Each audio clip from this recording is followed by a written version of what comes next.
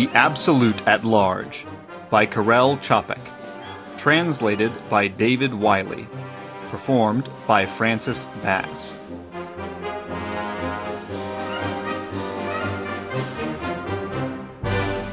Chapter 6. MEAS.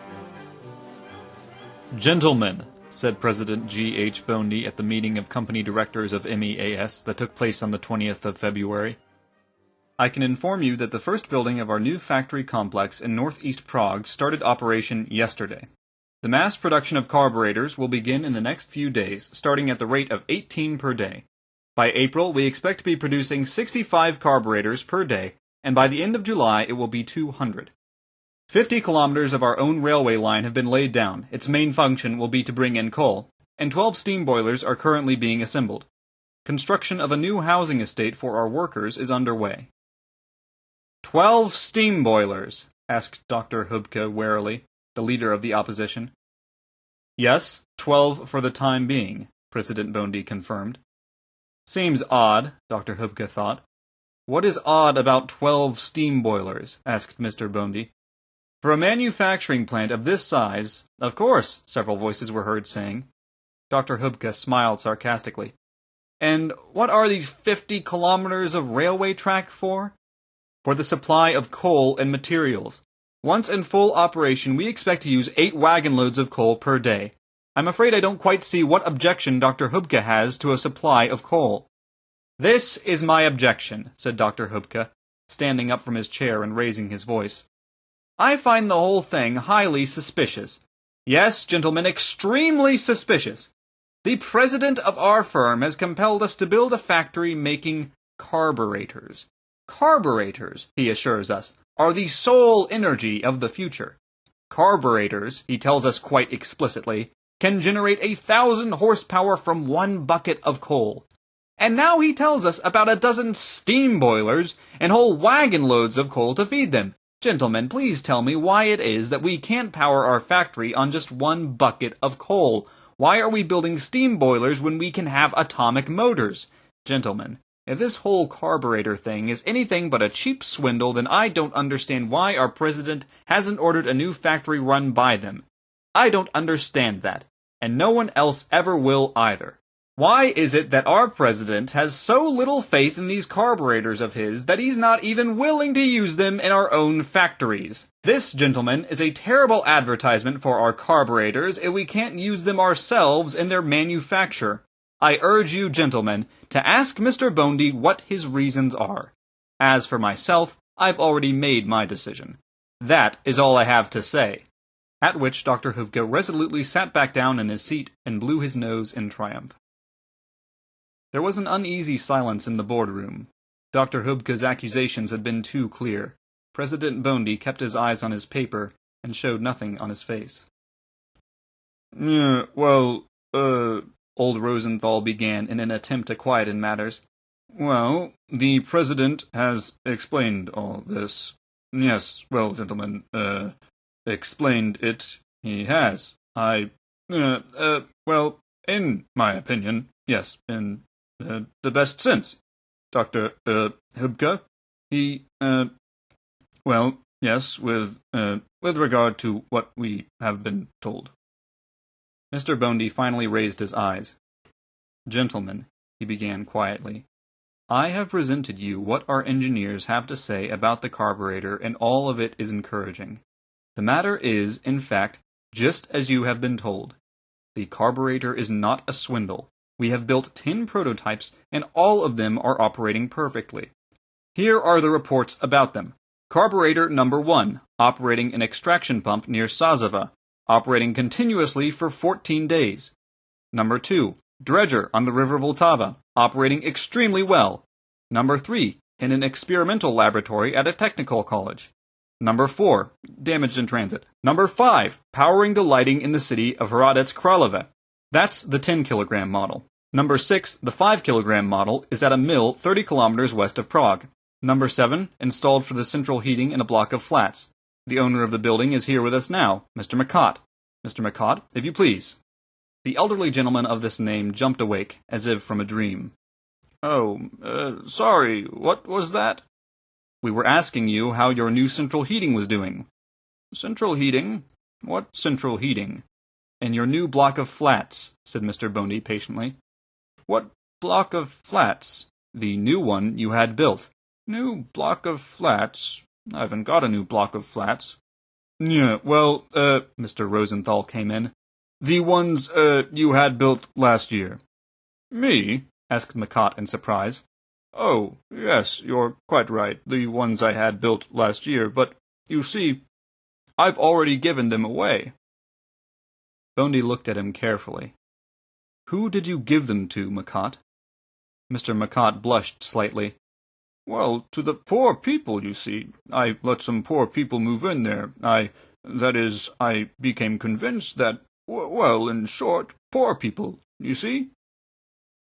Mr. Bondy kept his eyes fixed on him like an examining magistrate. Why did you do that, McCott? Somehow, I just had to, said McCott confusedly. It just came to me. We have to do as the saints do you see? The President drummed his fingers nervously on the table. What about your family, McCott? A beautiful smile came over Mr. McCott's face. Oh, please understand we're all in perfect agreement about this. Poor people are holy. Some of them are ill, and my daughter is helping them, you see. We've all changed so much of late. G.H. Bondy lowered his eyes. McCott's daughter, Ellen, fair-haired Ellen, Ellen with $70 million in the bank, Ellen was nursing the sick.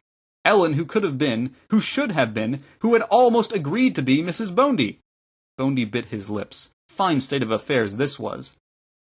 Mr. McCott, he began with choking voice, all I wanted to know was how the heating is doing with the new carburetor installed. Oh, it's wonderful. It's so lovely and warm in all those homes. It's as if they were heated with eternal love, you see, said McCott with enthusiasm, wiping his eyes. Everyone who goes in those flats is suddenly a quite different person. It's just like paradise there. Life for us there is like heaven, all of us. Oh, Mr. Bondy, do come and join us. So you see, gentlemen, said Bondy, struggling to control himself, the carburetors are operating just as I promised. Let us now, please, have no more questions. All we want to know, called out the belligerent Dr. Hubke, is why our new factory isn't fitted out with carburetor power. Why do we have to burn expensive coal while we're providing atomic energy for others? Does the President intend to inform us of his reasons? No, I don't intend to, Mr. Bondy declared. The factory will be powered by coal. There are some facts that I am aware of that mean carburetor power would not be suitable for our manufacturing processes. And that, gentlemen, is enough. I consider this whole affair a matter of confidence in myself. If only you knew, put in Mr. McCott, how beautiful it is to be in a state of holiness. Gentlemen, I sincerely urge you, give away all your belongings. Join the poor and the holy, renounce mammon, and give yourselves over to the one God. Well, now, began Mr. Rosenthal to soothe matters. Mr. McCott, you are, a most gentle and admirable man. Yes, most admirable. But, Mr. Bondy, I have faith in you, so, this is what I, suggest. Let me have one of these carburetors for my own central heating. Gentlemen, I shall try it out, shall I? How about that, then? How would that be, Mr. Bondy? We're all brethren before God, McCott continued, his face aglow. Gentlemen, let us make a gift of the factory to the poor. I propose we rename MEAS and call it the Religious Community of the Humble Heart. We will be the trunk and roots, you see, the trunk and roots from which grows the tree of God, the kingdom of God here on earth. There's something I'd like to say, shouted Dr. Hubke. Yes, Mr. Bondy, old Rosenthal resumed. I'm with you in this. Yes, let me have one of these carburetors, Mr. Bondy. For God himself will come down to earth, said McCott, getting more excited. Listen to his word. Live simply as do the saints. Open your heart to eternity. Be absolute in your love. You see, gentlemen, I am entitled to speak, growled Dr. Hubke. Quiet, shouted the President, his face pale and his eyes ablaze as he stood up to his full height and showed the power of a man weighing 100 kilos. Gentlemen, If a factory making carburators is not to your taste, I can take it into my own personal hands. I can pay you penny for everything you have invested so far.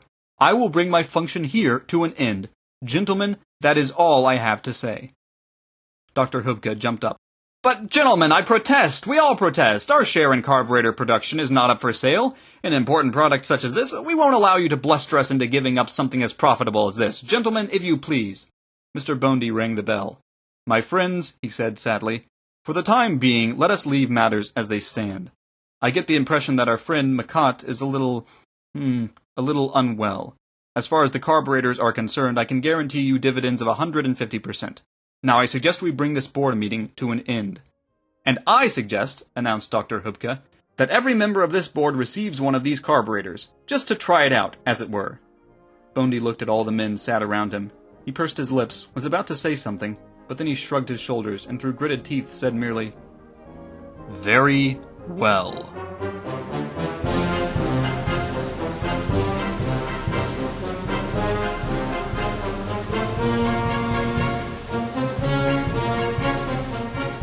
Chapter 7. Go on. How are we doing in London? MEAS shares at 1,470 yesterday, before that at 720. Very good. Rudolf Mark named as honorary member of 70 respected societies. He's bound to get the Nobel Prize. Very good. A run of orders from Germany, more than 5,000 carburetors. 900 orders from Japan. Well, I never. Interest from Czechoslovakia is negligible. 3 new orders. It's what you'd expect, I suppose. Difficult times, you see. The Russian government has ordered 200 carburetors, immediate delivery. Very good. What's that in total? 13,000 orders. Very good. How are we doing with construction? They put the roof on the Department for Atomic Cars now. The Department for Atomic Aeroplanes starts work in a week. We're putting the basics together for atomic locomotives. One wing of the Department for Ship Engines is already working. Wait, let's introduce a name such as Atomobile, Atomotor, Atomotive, something like that. What's Krolmus doing with the atomic cannons? He's got a model under construction at the foundries. Our atomic cycle car has already done 30,000 kilometers at the Brussels Autodrome. It's been at speeds of more than 270 an hour. In the last 2 days, we've had 70,000 orders for the half-kilogram Atomotor bike. You said just now 30,000 in total. 30,000 static atomic boilers, 8,000 units for central heating, nearly 10,000 cars, 620 atomic aeroplanes. Our Model A plane flew from Prague to Melbourne non-stop, everyone on board in good health. Here's the report. The company president sat up in his chair. Why, this is wonderful. There have been 5,000 orders in the Department for Industrial Machinery. The Department for Small Propulsion Engines has had 22,000, 150 atomic pumps, 3 atomic presses, 12 atomic locomotives, including some going to Russia. We've established offices in 4 of the world's 8 main cities. American Steel Trust, AEG in Berlin, Fiat in Italy, Mannesmann, Crusoe, and a Swedish steelworks all want to merger with us. And Krupp is buying all of our shares it can get, whatever the price. New share issues. Oversubscribed by a factor of 35. The press predict a super dividend of 200%. And what's more, the papers aren't writing about anything but our affairs. Social affairs, politics, sport, technology, science, everything is about the carburetor. Our man in Germany has sent us 7 tons of cuttings. From France we've got 4 metric hundredweights. From England a whole wagon load. It's estimated that the specialist and scientific literature published this year about the atomic motor will weigh about 70 tons. The Anglo-Japanese War has been suspended for lack of public interest. In England alone there are 900,000 coal miners without work. There have been riots in the Belgian coalfields, about 4,000 dead. More than half the pits around the world have stopped working. In Pennsylvania they're burning off their excess stocks and the fire's still burning. The fire's still burning, repeated Bondy dreamily. The fire's still burning. My God, we've won it. The president of one mining company has shot himself. The stock markets have gone completely mad. We stood at 8,000 in Berlin this morning. The cabinet has gone into permanent session and wants to declare a state of emergency. Mr. Bondy, this isn't just an invention. It's a revolution. The company president and its general manager looked at each other in silence. Neither one nor the other was a poet, but at that moment their hearts were singing. The general manager pulled up his chair and said in a whisper, Mr. Bondy, Rosenthal's gone mad. Rosenthal! Exclaimed G.H. Bondy. The manager glumly confirmed it. They've made an Orthodox Jew out of him. He's practicing Talmudic mysticism and Kabbalism. He's donated 10 million to the Zionists. The other day he had a terrible row with Dr. Hubka. You see, Hubka's gone and joined the Bohemian Brethren. Even Hubka now? Yes, I think it was Makat who brought all this in among the board members. You weren't at the last meeting, Mr. Bondy. It was awful. They were all talking about religion right through till the small hours. Hubka suggested we should give our factories to the workers. Fortunately, they forgot to put that to a vote. They all seem to have gone mad. Mr. Bondy bit on his knuckles. What are we going to do with them? Nothing at all. It's just a nervous time. Something comes up in the papers now and then, but they don't connect it with the carburators. There's been an awful lot of incidents to do with religion, and a psychic manifestation or something. I saw Dr. Hubka in the street the other day. He was preaching to a crowd in front of a bank something about letting light into their hearts and preparing the way to God, all hopelessly confused. He even did a few miracles. Force has gone the same way. Rosenthal's gone entirely crackers. Miller, Homola, and Collator came up with the idea of choosing poverty. We certainly can't hold any more board meetings. It's like a madhouse. You'll have to run the whole thing personally. This is awful, said G.H. Bondy with a sigh. It is. Did you hear about Cookerbonk? They took hold of all their staff all at once. They opened the cash boxes and gave the money away to anyone who came in. Finally, they took piles of banknotes, made a bonfire of them outside the main entrance. Religious Bolshevism, I call it. Cookerbonk. Don't they have one of our carburators? They do. For the central heating. They were the first to install one. It's been closed down by the police now. And it had even taken hold of the chief clerks and management. Well then, I forbid the supply of carburators to any more banks. Why's that? I forbid it! That's all. They can heat their premises with coal. It's a little too late for that. There are carburators being installed in all the banks. We're currently setting them up in Parliament and all the government ministries. The central carburetor for Prague is all set to start providing the lighting for the whole city. It's a wonderful colossal machine, 50 kilos. They're holding a celebratory inauguration of it in 2 days' time at 6 o'clock. Heads of state will be there, mayors, city councilors, and representatives of MEAS. You'll have to come along to it. You especially. God forbid! Exclaimed Bondy in alarm. No, God save me from that. I won't go. You'll have to, Mr. Bondy.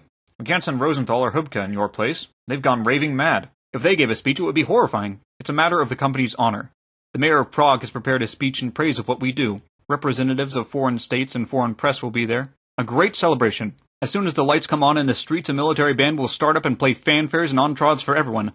Plahol will be there to sing, Kryzhkovsky, experimental theater companies, fireworks, 101 gun salute, lights shown on the castle, and I don't know what else. Mr. Bondy, you've simply got to be there. G.H. Bondy stood there in a state of anguish. My God. Oh my God, he muttered. Take this chalice away from me. Well, are you going to come then? The general manager insisted. My God. Why have you forsaken me?